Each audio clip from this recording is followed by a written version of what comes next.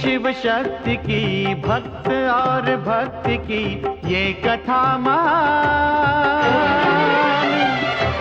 शिव महापुराण, शिव महापुराण, शिव महापुराण।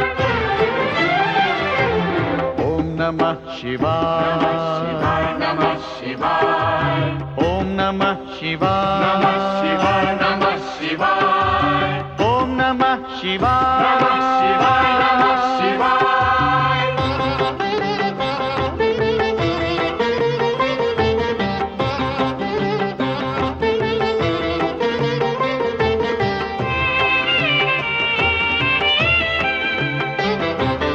आशुतोष नीलकंठ शंभु अविनाशी, गंगाधर महादेव जो है कैलाशी। आशुतोष नीलकंठ शंभु अविनाशी, गंगाधर महादेव जो है कैलाशी। शिव का बस नाम ही भक्ति और ध्यान ही कर दे कल्याण। शिव महापुराण, शिव महापुराण, शिव महापुराण। ओम नमः शिवाय, नमः शिवाय, नमः शिवाय, ओम नमः शिवाय, नमः शिवाय, नमः शिवाय, ओम नमः शिवाय, नमः शिवाय, नमः शिवाय। शिव महापुराण, शिव महापुराण, शिव महापुराण, शिव महापुराण, शिव महापुराण।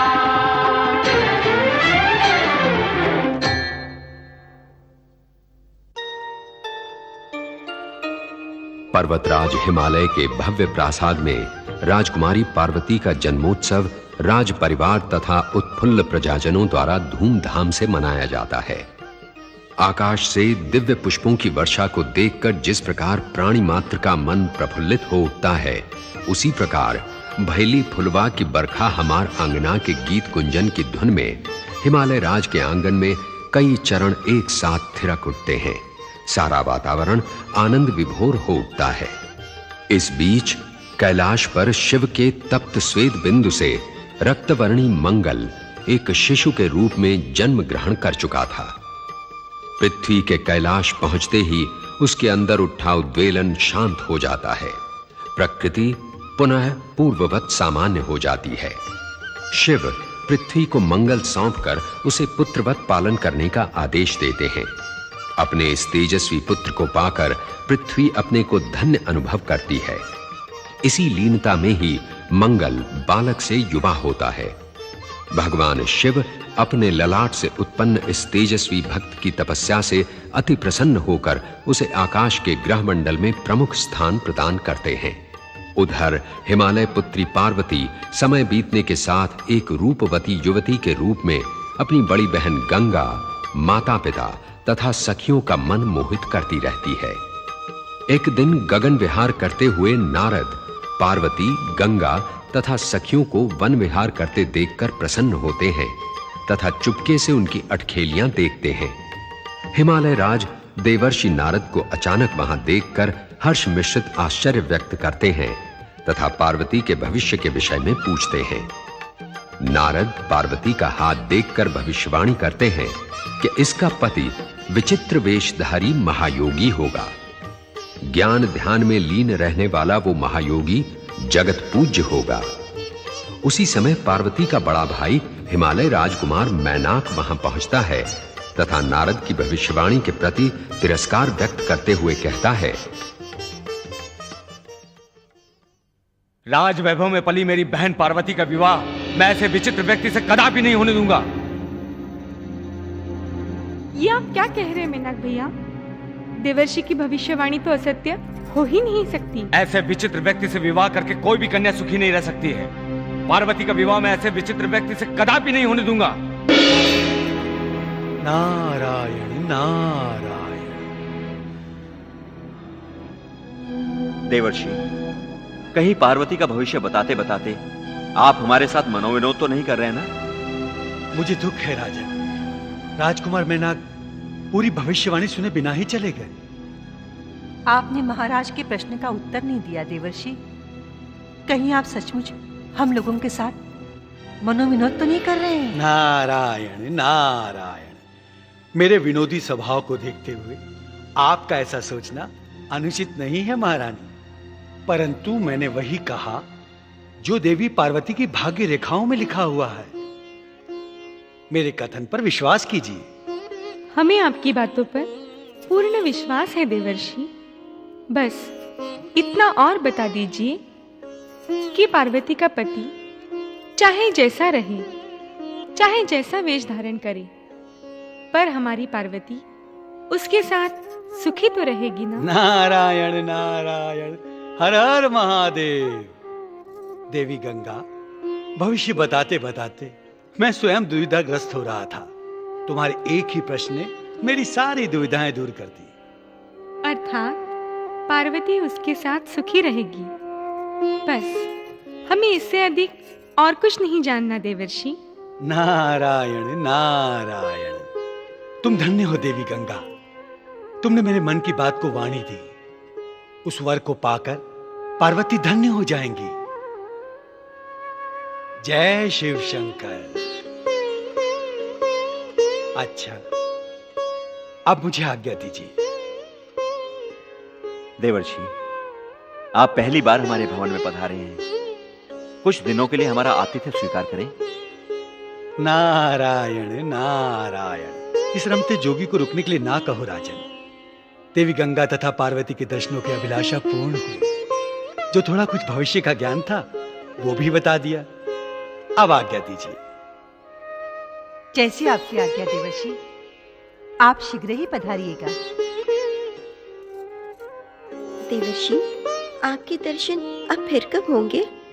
देवी, जब आवश्यकता होगी मैं उपस्थित हो जाऊंगा।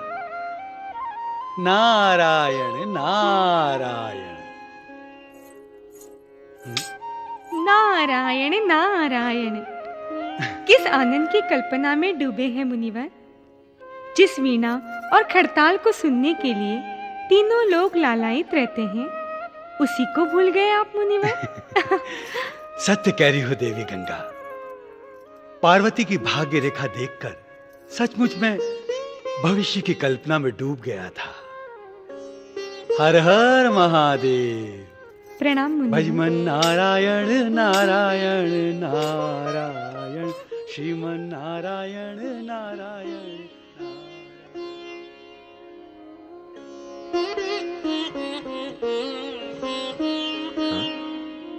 क्या सोच रही हो देवी? सोच रही हूँ नारद की कही विचित्र भविष्यवाणी के बारे में। मेनाक सच ही कह रहा था। ऐसे विचित्र व्यक्ति के साथ हमारी पार्वती का विवाह कैसे हो सकता है? यह सुनकर तो मुझे भी चिंता हो रही है महारानी।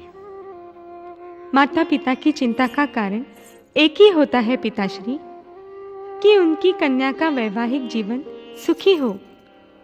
जब देवर्षि कह गए हैं कि पार्वती विवाह के पश्चात सुखी रहेगी, तो फिर चिंता कैसी पिताश्री? सच पूछो तो मुझे उनकी बात पर विश्वास ही नहीं हो रहा है। महारानी, देवर्षि नारद दिव्य ज्ञानी हैं।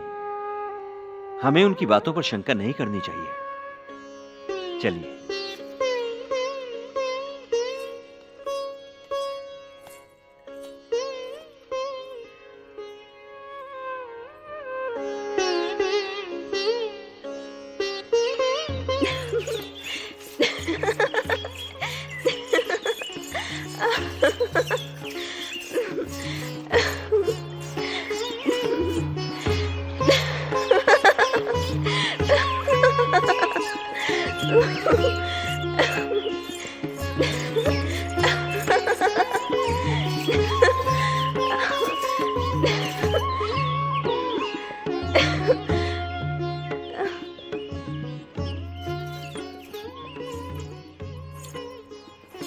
वे आयुनिज तथा अजन्मा होंगे। माता पिता नहीं, कुल वंश का पता नहीं। मेरे आराध्य नारद मुनि ने तो मुझे सब कुछ बता दिया, किंतु आपका नाम नहीं बताया। ऐसा क्यों प्रभु? जय शिव शंकर। नारायण नारायण। हर हर महादेव। प्रणाम देवर्षि। देवी पार्वती, क्या सोच रही हो? मैं तो बस यूं ही। अपने होने वाले पति के बारे में सोच रही हो ना? तुम्हारे माता पिता के सम्मुख मैंने जानबूझकर महादेव का नाम नहीं लिया। मन ही मन स्मरण करके उन्हें प्रणाम किया। महादेव? हाँ पार्वती, देवादिदेव महादेव ही तुम्हारे परम पूज्य होंगे। देवर्षि, मैंने स्वप्न में बार बार उन्हें देखा है। उनकी दिव्य छवि देखकर मैं बार बार नतमस्तक हुई हूँ। हर हर महादेव। सो तो होना ही था, परंतु पार्वती, उस दिन भविष्यवाणी करते समय एक बात मैंने जानबूझकर नहीं बताई। कौन सी बात देवर्षि?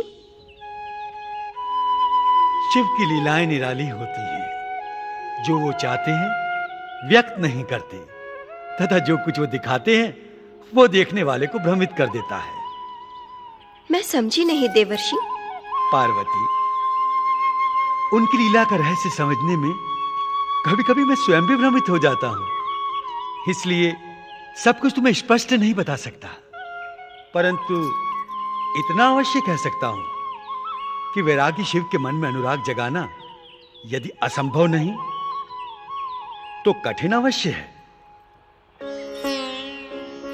यदि संकल्प में दृढ़ता हो तो कुछ भी असंभव नहीं देवर्षि। कभी कभी कठिनाइयों में भी कामना पूर्ति का आभास होता है। यदि उन्हें प्राप्त करना असंभव होता तो वे बार बार मेरे स्वप्न में आकर आशा की किरण क्यों जगाते? यही तो उनकी लीला है पार्वती। मन से आंख बिछोली खेलना उनका प्रिय विनोद है। भोलेनाथ की यही खेल तो सबको भरमाते हैं। परंतु मैं भ्रम में रहना नहीं चाहती देवर्षि।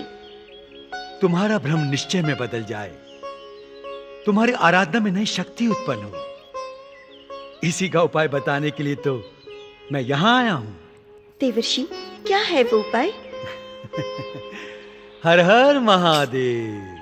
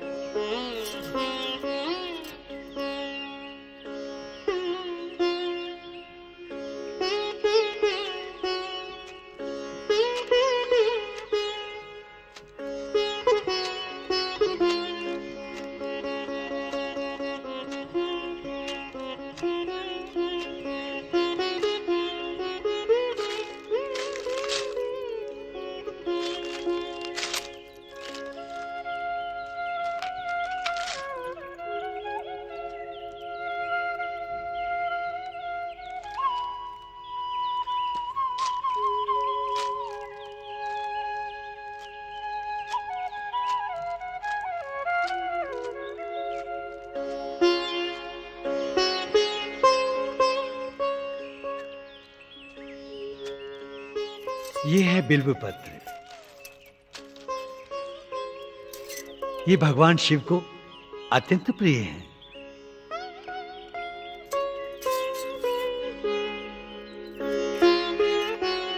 इनमें सर्वशक्तिमान महादेव का निवास होता है तथा ये है शिव की ज्योति का प्रतीक शिवलिंग। शिव को की गई पूजा आराधना सीधी शिव को पहुंचती है। इन बिल्व पत्रों से शिव की अर्चना करो।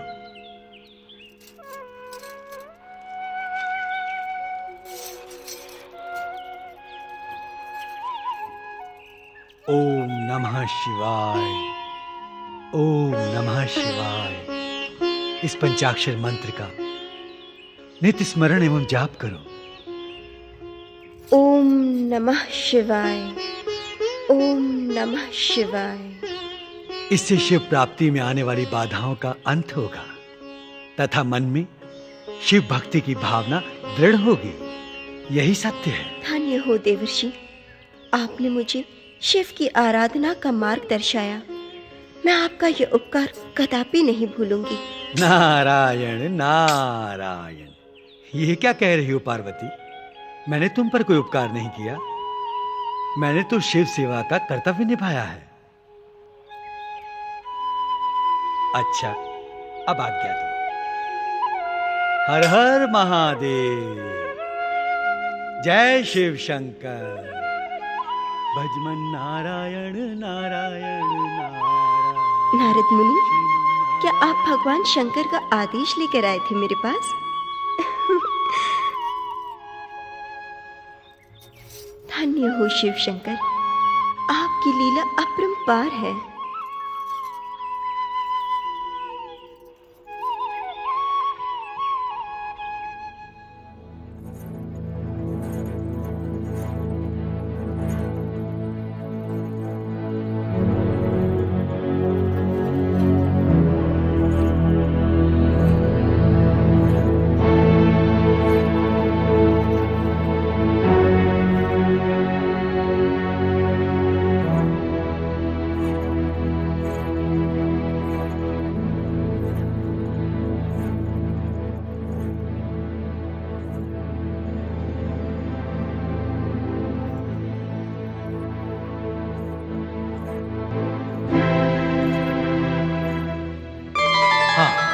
इतना अवश्य कह सकता हूं, वो विचित्र वेशधारी तथा महायोगी है।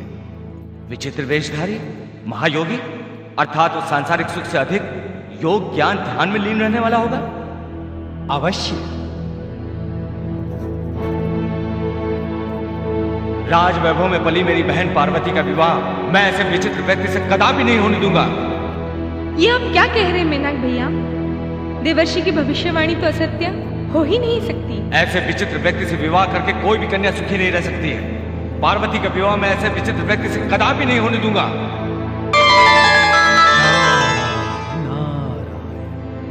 नहीं नहीं, ये संभव नहीं हो सकता।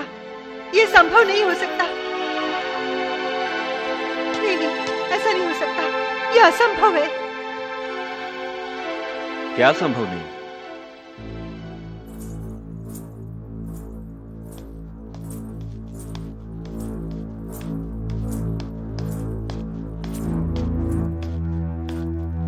क्या संभव नहीं है महारानी? स्वामी, हमारी पार्वती का पति एक योगी नहीं हो सकता, कदापि नहीं हो सकता। हम भी यही सोच रहे हैं महारानी। नारद मुनि ने एक ऐसी भविष्यवाणी कर दी। स्वामी, नारद मुनि अपने विनोद के लिए प्रसिद्ध हैं। कहीं उन्होंने हमारे साथ विनोद तो नहीं किया?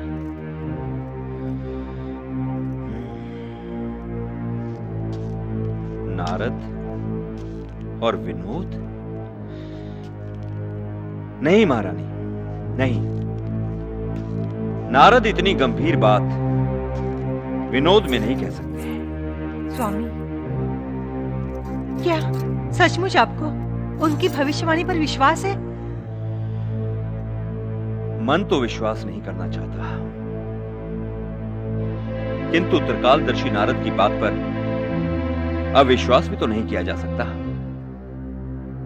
उन्होंने तो हमें भी एक विचित्र सी दुविधा में डाल दिया है। महाराज की जय हो। महादेव का संदेश लेकर उनके गणाध्यक्ष नंदीश्वर पधारे हैं। वे आपके दर्शन की अनुमति चाहते हैं महाराज। क्या महादेव का संदेश लेकर गणाध्यक्ष नंदीश्वर पधारे हैं? चलो महारानी चलो, हम स्वयं चलकर उनका स्वागत करते हैं।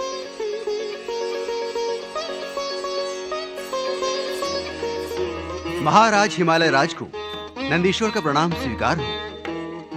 आयुष्मान भव। गणाध्यक्ष नंदीश्वर, हिमालय भवन में आपका स्वागत है। आइए पधारिए। महाराज, हमारे प्रभु शिवशंकर हिमालय पर पधारे हैं। हम उनका संदेश लेकर आपकी सेवा में उपस्थित हुए हैं। क्या महादेव हिमालय पर पधारे हैं? हाँ महाराज। हमारे अहो भाग्य है। कहिए, क्या संदेश लेकर आए हैं? महाराज, प्रभु शिवशंकर आपके पर्वत क्षेत्र में एकांत योग साधना की अनुमति चाहते हैं। नंदीश्वर, शिव शंकर तो तीनों लोकों के नाथ हैं। सारा जगत उनकी पूजा करता है। उन्हें हमारी अनुमति की क्या आवश्यकता है? सत्य है महाराज, किंतु आप यहाँ के भूपति हैं। आपकी अनुमति लेना प्रभु आवश्यक समझते हैं। आपके सम्मान की प्रतिष्ठा बनाए रखना प्रभु अपना कर्तव्य समझते हैं महाराज। ये तो महादेव की महानता है जो हमें इतना सम्मान दिया है। आप हमारी ओर से महादेव से निवेदन कीजिए कि वे राजभवन में पधारकर हमारा आतिथ्य स्वीकार करें। नहीं नहीं महारानी, महायोगी शिव राजभवन में आपके अतिथि बनकर कैसे रह सकते हैं? एकांत योग समाधि के लिए ही शिव शंकर ने कैलाश का त्याग किया है महारानी। नंदीश्वर, महादेव से कहिए कि उनके आगमन से हिमालय धन्य हुआ। वे पर्वत पर रहें या भवन में निवास करें, वे हमारे आदरणीय अतिथि हैं। उनकी संपूर्ण सुविधाओं का प्रबंध करने के लिए हम स्वयं उनकी सेवा में उपस्थित होंगे। जो आज्ञा महाराज। अब हमें आज्ञा दीजिए।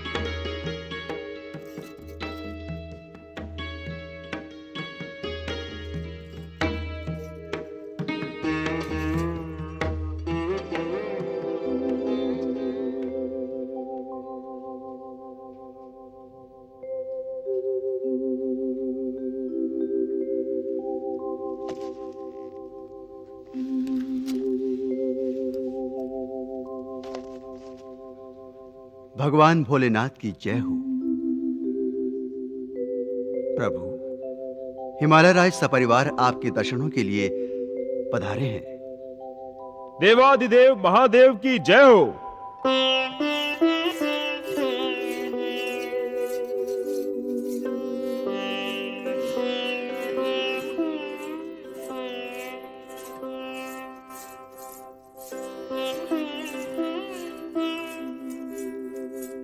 प्रणाम शिवशंकर। हिमालय राज, हिमशैल के एकांत क्षेत्र में ध्यान समाधि की अनुमति के लिए हम आपके कृतज्ञ हैं। ये हमारा सौभाग्य है भगवान। आप यहाँ पधारे, हम धन्य हुए महादेव। अब हमें प्रतिदिन आपकी सेवा पूजा करने का अवसर मिलेगा। नहीं देवी, हम तो यहाँ एकांत की कामना लेकर आए हैं। हमें किसी की सेवा पूजा की आवश्यकता नहीं है। आपकी आराधना हमारा अधिकार है शिवशंकर, हमें सेवा से वंचित न कीजिए। राजकुमार मैनाक, क्या आप चाहते हैं कि हमारी ध्यान समाधि में विघ्न पड़े? नहीं शिवशंकर, ऐसा कदापि नहीं होगा। हमारी ये दो पुत्रियां गंगा तथा पार्वती शांतिपूर्वक आपकी सेवा करके यहां से चली जाएंगी। इससे आपके एकांत में किसी प्रकार की बाधा नहीं पहुंचेगी। देवी, आवागमन से एकांत भंग होता है। हिमालय राज, कृपया ऐसा प्रबंध कीजिए जिससे यह क्षेत्र हमारी ध्यान समाधि के लिए सुरक्षित रहे। यहां किसी का प्रवेश ना हो सके। ऐसा ही होगा भगवान। अब हमें आज्ञा दीजिए।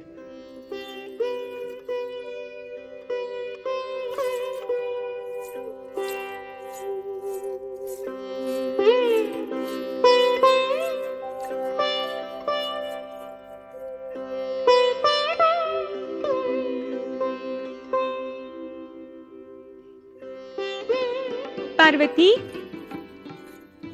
अरे पार्वती तो यहाँ बैठी है।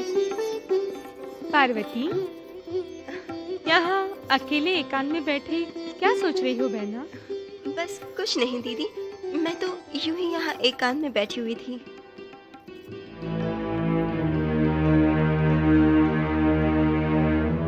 कैलाशवासी शिव अपने आप को समझते क्या हैं गंगा? एक विनम्र नरेश की उदारता का ऐसा अपमान? भैया, उन्होंने हमारा कोई अपमान नहीं किया। पिताश्री से पहले ही एकांत समाधि की अनुमति लेकर उन्होंने हमारा सम्मान बढ़ाया है। उन्होंने कोई अभिमान भी नहीं दिखाया भैया। वे एकांत पाने के लिए ही तो कैलाश छोड़कर यहाँ पधारे हैं। पार्वती सत्य कह रही है मेनाक भैया। शिव हम सबके पूज्य हैं। उनके प्रति ऐसी बात सोचना भी पाप है। पिताश्री ने हमारे राज्य में रहने का उनके अनुरोध को स्वीकार किया। हम सब ने जाकर उनके प्रति आदर सम्मान व्यक्त किया, परंतु उन्होंने हमारे साथ ऐसा व्यवहार किया जो कदापि उचित नहीं था। यदि वो एकांत चाहते हैं तो बैठे रहे उस एकांत में, हमें भी नहीं पड़ी उनका एकांत भंग करने की। मैनाक, अब चुप भी हो जाओ मैनाक। वे महादेव हैं। उन्होंने हमारा आतिथ्य स्वीकार करके हमारा गौरव बढ़ाया है। पुत्र शांत हो जाओ, अब हम में से वहां कोई नहीं जाएगा। माते, अतिथि जो चाहे कहे, अतिथि को उसकी सुख सुविधा का ध्यान तो रखना ही होगा। पिताश्री, शिवजी की इच्छा के अनुसार आपको इस बात की व्यवस्था करनी होगी कि उनकी एकांत ध्यान समाधि में कोई बाधा न पहुंचे। अवश्य अवश्य, इस बात का ध्यान रखना हमारा कर्तव्य है गंगा। तुम निश्चिंत रहो। चले।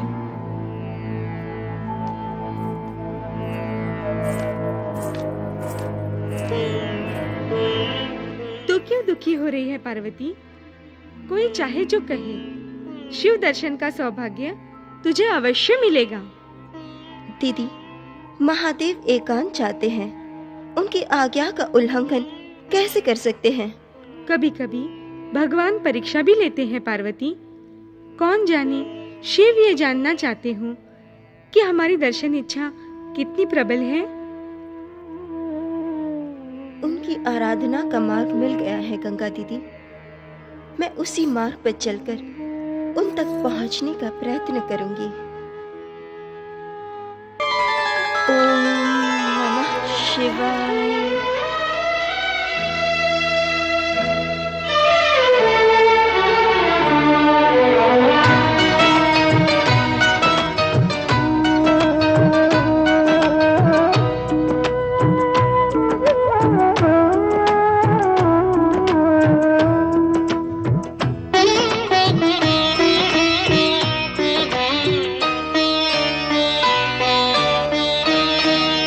स्वामी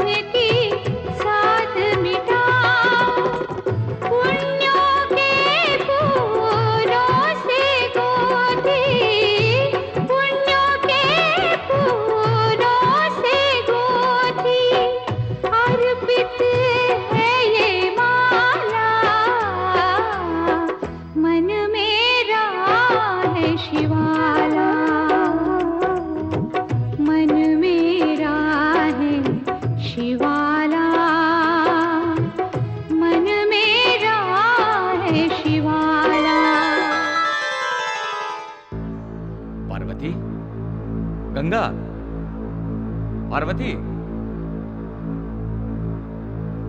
गंगा, पार्वती। प्रणाम राजकुमार। सगुणा, ये गंगा पार्वती कहाँ है?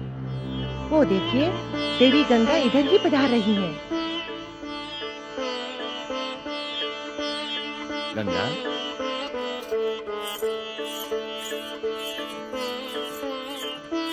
क्या बात है मेनक भैया? पार्वती कहाँ है? मैंने तो बहुत देर से नहीं देखा उसे। यहीं कहीं होगी। शैव्या, क्या तुम जानती हो पार्वती कहाँ है? हाँ देवी, वो तो प्रातः काल ही पूजा के लिए चली जाती हैं। कहीं वो शिव जी के दर्शन करने तो नहीं गई? नहीं राजकुमार, वो तो अपने पूजा स्थल पर गई हैं। पूजा स्थली? कहाँ है ये पूजा स्थली? ओम नमः शिवाय। ओम नमः शिवाय। ओम नमः शिवाय।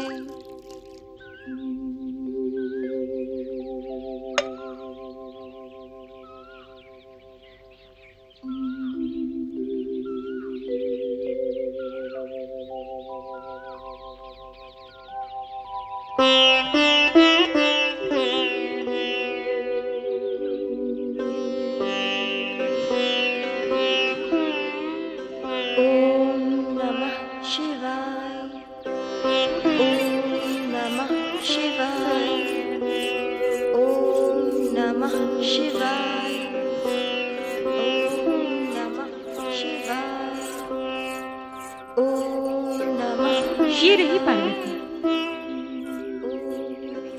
पार्वती, मेनाक भैया, आप यहाँ? इस पत्थर को पूछकर तुम समझ रही हो कि वो अभिमानी एकांत प्रिय शिव तुम पर प्रसन्न हो जाएंगे? ये पत्थर नहीं है भैया। मैंने मन ही मन इसमें अपने आराध्य शिव की प्रतिष्ठा की है। ये मेरे लिए साक्षात शिव के समान है। शिव के प्रति ऐसी कठोर भाषा का प्रयोग न करें। क्यों अपना अमूल्य समय नष्ट करने पर तुली हो? शिव की आराधना व्यर्थ पार्वती। वो एकांत में समाधि लगा के स्वयं पाषाण बन गए हैं। नारद मुनि की भविष्यवाणी के अनुसार मैंने शिव को ही अपना सर्वस्व माना है। अब वो ही मेरे लिए सब कुछ है। मेरा मन कहता है कि एक न एक दिन शिव मेरी प्रार्थना अवश्य स्वीकार करेंगे। पार्वती, तुम्हारे भोलेपन पर मुझे क्षोभ तो हो ही रहा है, दया भी आ रही। छोड़ दो ये बावलापन। तुम जैसी सर्वगुण संपन्न राजकन्या का पति एक राजकुमार ही हो सकता है। अब मैं शिव के अतिरिक्त किसी और के विषय में सोच भी नहीं सकती।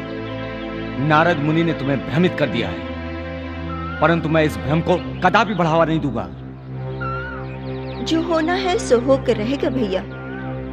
भविष्य किसी के वश में नहीं होता। तुम इतनी सी बात समझने का प्रयत्न क्यों नहीं करती हो पार्वती? जो शिव पूर्ण रूप से वैरागी हो चुके हैं, वे विवाह करके गृहस्थी कैसे बसाएंगे? और मान लो उन्होंने गृहस्थी बसा भी ली, तो उनके पास रहने के लिए स्थान ही कहां है? हिम से ठिठुरते पर्वत और भयावनी गुफाएं, उनके साथ सुख की कल्पना करना मृग मृचिका के समान है। भैया, सुख के स्थान की उपेक्षा नहीं होती। पार्वती को शिव के साथ सुखी रहना है तो ये स्थान उसके सुख को सहारा देंगे। देवर्षि नारद की भविष्यवाणी पर मुझे पार्वती के समान ही अटल विश्वास है।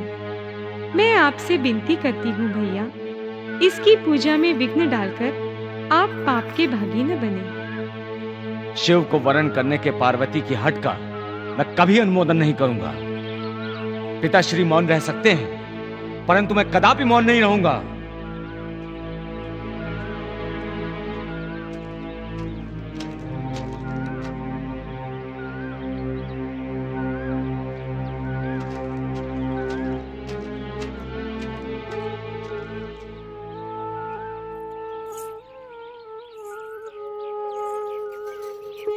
इन समस्त बाधाओं को शिव की ली हुई परीक्षा समझना पार्वती। मैनाक भैया व्यर्थ क्लेश उत्पन्न करना चाहते हैं। तुम दुखी न होना, मैं तुम्हारे साथ हूँ। अब मैंने निश्चय कर लिया है दीदी, मैं शिव समाधि स्थल पर जाकर स्वयं उनकी पूजा करूंगी। मैनाक भैया चाहे जो भी समझे, अब मैं वही करूंगी जो मुझे करना चाहिए। तेरी शिव निष्ठा देखकर मुझे पूर्ण विश्वास हो गया है कि एक दिन तुम शिव को प्रसन्न करके रहोगी। मुझे तुम्हारी शिव निष्ठा पर गर्व है पार्वती।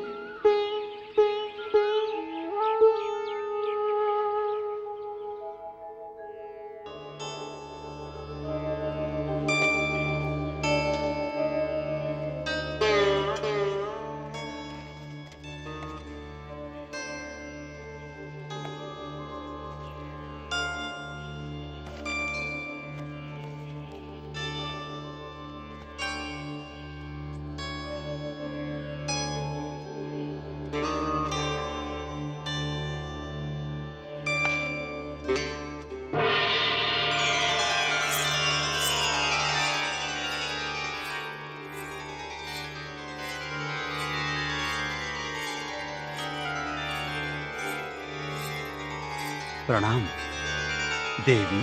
आप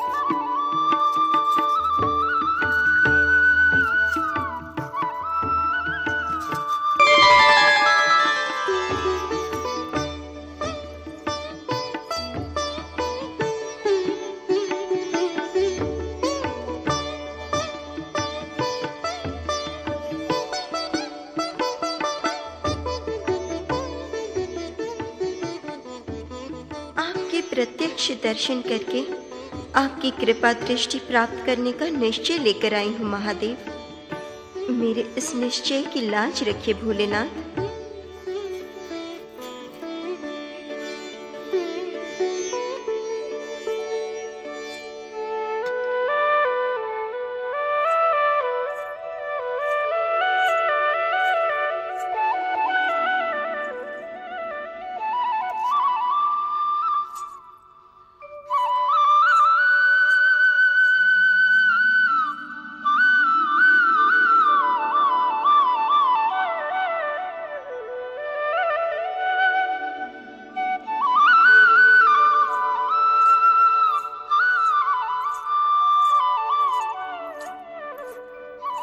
सखी, ध्यान में लीन मौन शिवशंकर क्या तुम्हारी मौन प्रार्थना सुनेंगे? ये प्राणेश्वर से प्राणों का निवेदन था जया। मेरी पुकार उन तक अवश्य पहुंचेगी। शिव कृपा से ऐसा ही हो। हम सबकी शुभकामनाएं आपके साथ हैं देवी।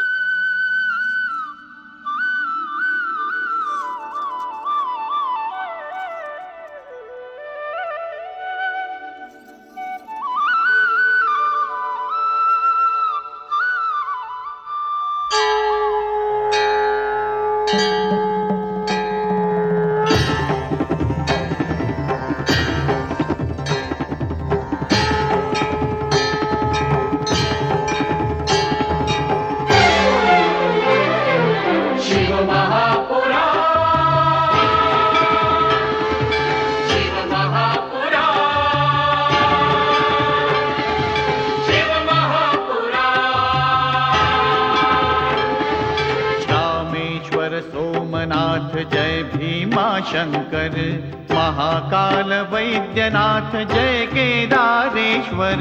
रामेश्वर सोमनाथ जय भीमा शंकर, महाकाल वैद्यनाथ जय केदारेश्वर। नाथों के नाथ की, भोले विश्वनाथ की महिमा का